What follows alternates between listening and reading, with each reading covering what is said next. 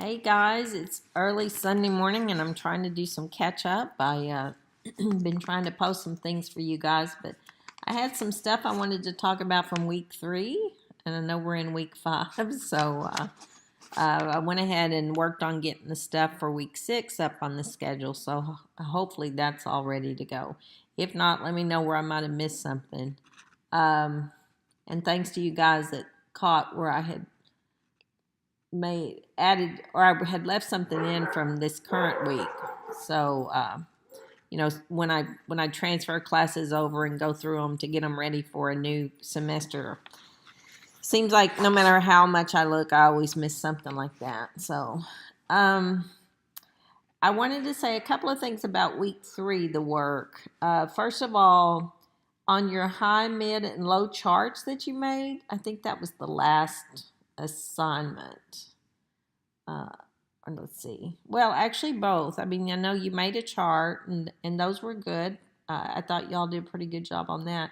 And then the ones where you had to, find some ways to talk about what kinds of assignments you had to go out and look for some high, mid, and low stakes charts. And I wanted to talk a little bit more about that. First of all, not charts, assignments. You had to look for low stakes, mid stakes, and high stakes writing assignments. And what I noticed on the high stakes, and I know, and these things are not really simple concepts, and like I've said many times, and I will say many times, a lot of what we do in this class is we're just learning other things about writing and other ways to think about writing other than there's sort of a standard way that people think about writing, and it's kind of like any subject. It's sort of just very generic and very um, kind of surface and not real in depth. So a lot of what we talk about in this class is just helping us to learn more about what writers do, so that when we work with writers, we'll just have more and more things in our toolkits that we can pull from. And low, mid, and high stakes writing are one example of that. But what I saw you guys talking about on the high stakes, it seemed like to me a lot of the assignments you listed were more like just longer or bigger or more formal products. And those do tend to, seem like high stakes writing. But if you just say, okay, we're going to do an assignment on whatever, or we're going to do a research paper or something like that. Yeah, that's longer and that's more to it. But the high, mid, and low stakes is more about what you're going to do with that. Because, if I'm doing, say, a 10-page, I'm not a big fan of research papers, but I know some of you mentioned that. And really, I don't know if I mentioned it, but one of the conversations we have a lot, the people that I know in the writing studies area, paper, I would stay away from paper because it's one of those words that's been overused, and it just doesn't mean anything to a writer other than this is something the teacher is wanting me to do. And we want to try to get the students to think about themselves as writers, not just doing things for a teacher, but making decisions that writers make. So anyway, but I'm using research paper because that's one thing that I know some of you kind of listed. But it's like, what would you be doing with that? Because you can do low, mid, and high stakes, all of those things with, any kind of project that you're doing. So the high stakes would not just be that you're doing a project like that. The high stakes would be, at the end of the process. Let's say maybe you've worked on this thing for a week, a month, a semester. Any of those are feasible. The high stakes would be that at that point, there's not going to be any rewriting. There's not going to be any more work done on it, and that the very often the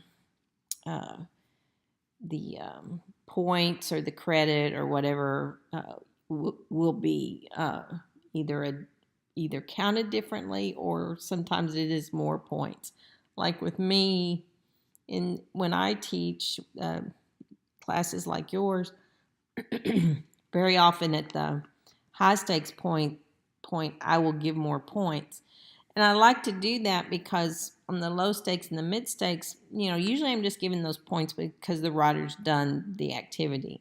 And low and mid means you give people opportunity to work on their writing. The high, at that point, you've worked on it quite a bit, and so I want to give more credit for that because, that's going to really be a very good product. So anyway, as you think about high stakes, just think, try to think those ways, not so much that it's longer or it's bigger kind of thing. I did want to talk a minute about when you give your source info. Now, I didn't count off for this, but I wanted to talk about it because as we start to work on the genre teaching projects, what I call the GTP, this is going to come up a lot, and I just want to help you get started thinking about it now. This was the one where you had to find examples, and then I said, give the source information. And yeah, this is typically what everyone does. It's not that you guys are any different. Here's just a URL. Now, this is when I say give the source information, this is not going to be enough for many, and I have you do this for many reasons. It's just good practice for you to be completely clear on where information comes from. We're having a discussion, and our discussion, it really helps us to have more than just a link. Yeah, I can click on that, but this is the discussion. This is what you're adding to this discussion. Oops, sorry about that. So we need more than that. What I was just talking to my other class in the last week or two, and I told them, I said, if you just give this is like telling, if you just give the URL, this is like telling somebody, oh, go look in America. I mean, how many people are in America? How many resources with information are in America? And let's say maybe you gave me some kind of identifier like this, but I have no idea. I don't know which state. I don't know if it's a school. I don't know if it's from just an individual. So I don't know if that makes any more sense, but we have a tendency, and when we do things online, that's a lot of how we read and how we write.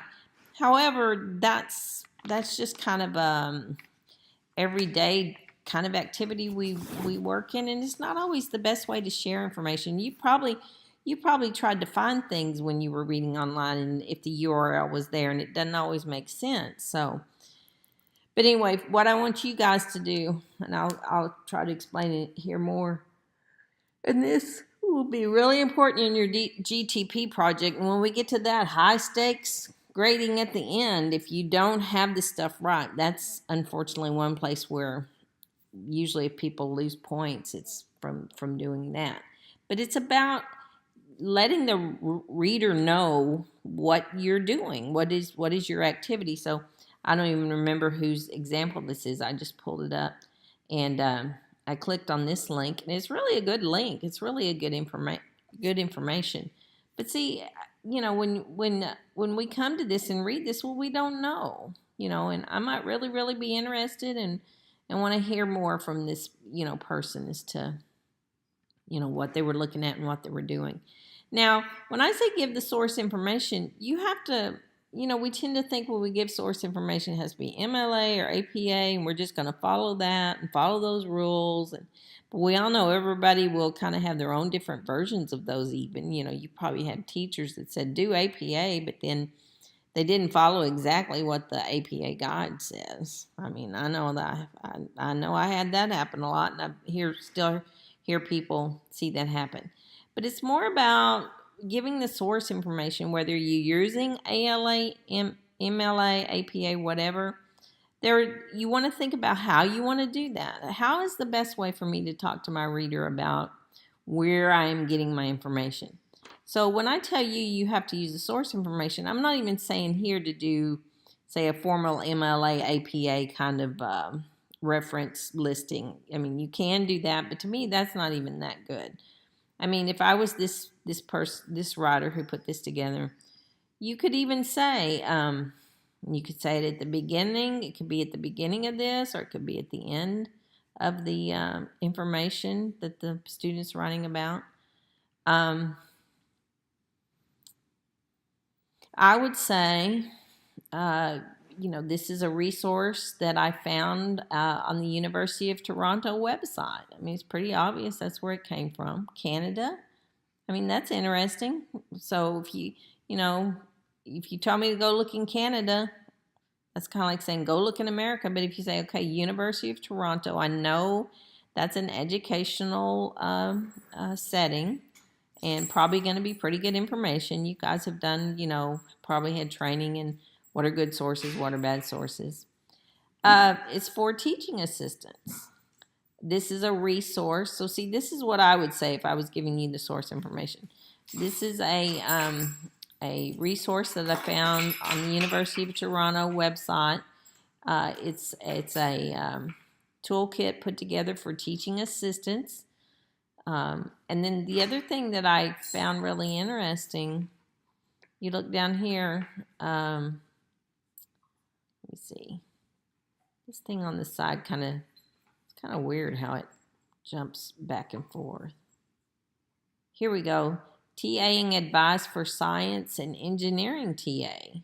So, one of the things that I know some of you have done, and I hope you'll consider, writing is not just something we do in English or English classes, that's kind of another limited way of thinking, but that's just out there that everybody thinks about writing. But I thought that was very interesting. So you can see these are not just like things we would do in an English class, but there's lots of good ways to use it in all kinds of writing. Okay, I've got a couple of more notes. Let me look at those. Here they are. Let's see.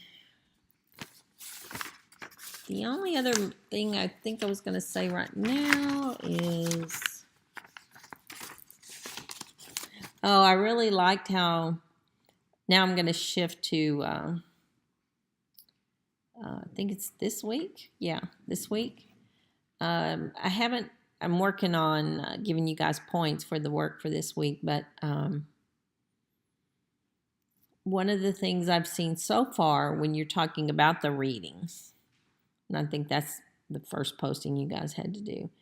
I really like how a lot of you guys have talked about how the reading connected to what you did with your teacher interviews. And I should probably say, wasn't that very good planning on my part? But I wish I could say that. It doesn't always happen that way. But I'm glad that those things kind of came together for you, because it's really my goal is to help you guys, connect all this stuff, and so that you'll have it that you can use when you go out there and work with writers. But thank you for that. That was really very good. And I like what you guys are saying about the readings. Some really good info. So keep that up. Now, I did notice that some of you did not put the page numbers. And one of the things I said in the instructions was tell us which one of the readings you're talking about, and tell us the page or the section or whatever. You got to make that clear to the reader. And here again, maybe we have to do a little bit more of this in the writing because we are in an online environment. But because if we were in class, think about it this way. If we were in class and we were face-to-face, and we were going to talk about the readings, well, you'd probably say, well, in the blah, blah reading, on page whatever, I saw this and I thought this was interesting, blah, blah, blah, blah. So it's not like I'm just trying to give you busy work or be a pain in the butt and, make you do more work. I think these are good practices too. And these are things that, I'm trying to teach you guys as writers. These are the kinds of things you should encourage your writers to do because, they have to be good critical thinkers. And, literacy, literacy in the online environment, is such an important thing nowadays. So we got to think about, how we use information nowadays and how we have to talk about it and share it. So anyway, I'm going to cut off there and not get too long. And I know one of the readings for this week was questions you might have, and so far I've got one. And but as I keep reading, I'll look for those and try to respond back to you guys on that here with another video, or I might do it in the discussion, the updates forum. But anyway, you're doing a good job. Thanks to all of those of you that are keeping up and posting and sending me questions when I forget to post something or post the wrong thing. So anyway, I hope you're having a good week. We finally have a little bit more cooler weather. Oh, there were a couple of other things. One, real quick. I haven't seen it much, but as you're talking about doing things and what assignments you might choose, don't use words like fix or correct. Fix is one of those things that I don't like because, as writers, we want to ask questions. Think more about, I'm writing something and I've got a reason to write it. I'm writing it. I want someone else to understand it and more often than not do something with it. So it's not just about fixing, because when fixing, we think all we're going to do is, correct. See, that's the other word. Don't use correct or correction. I don't want you doing those things with your writers. And so these are things that I say, we're not going to talk this way in our class, because I want you to think differently about what writers do and how you can work with writers. But, it's more this idea of what are the questions we need to ask to see what we need to do as writers to make things clearer for our readers. That's